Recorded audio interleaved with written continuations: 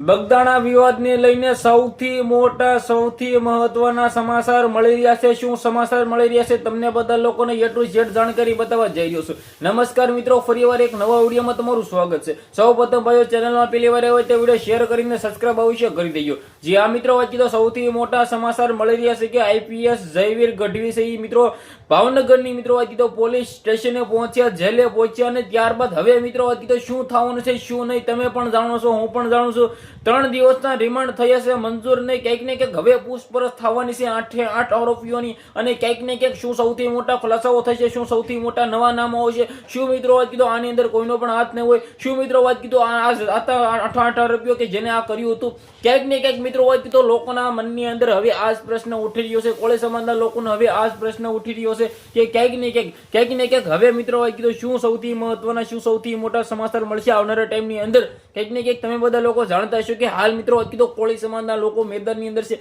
કોળી સમાજના લોકોની જે એકતા દેખાય છે કે ભાઈ નવનીતભાઈને ન્યાય નહીં મળે ત્યાં સુધી કોળી સમાજના લોકો શાંત બેસશે નહીં।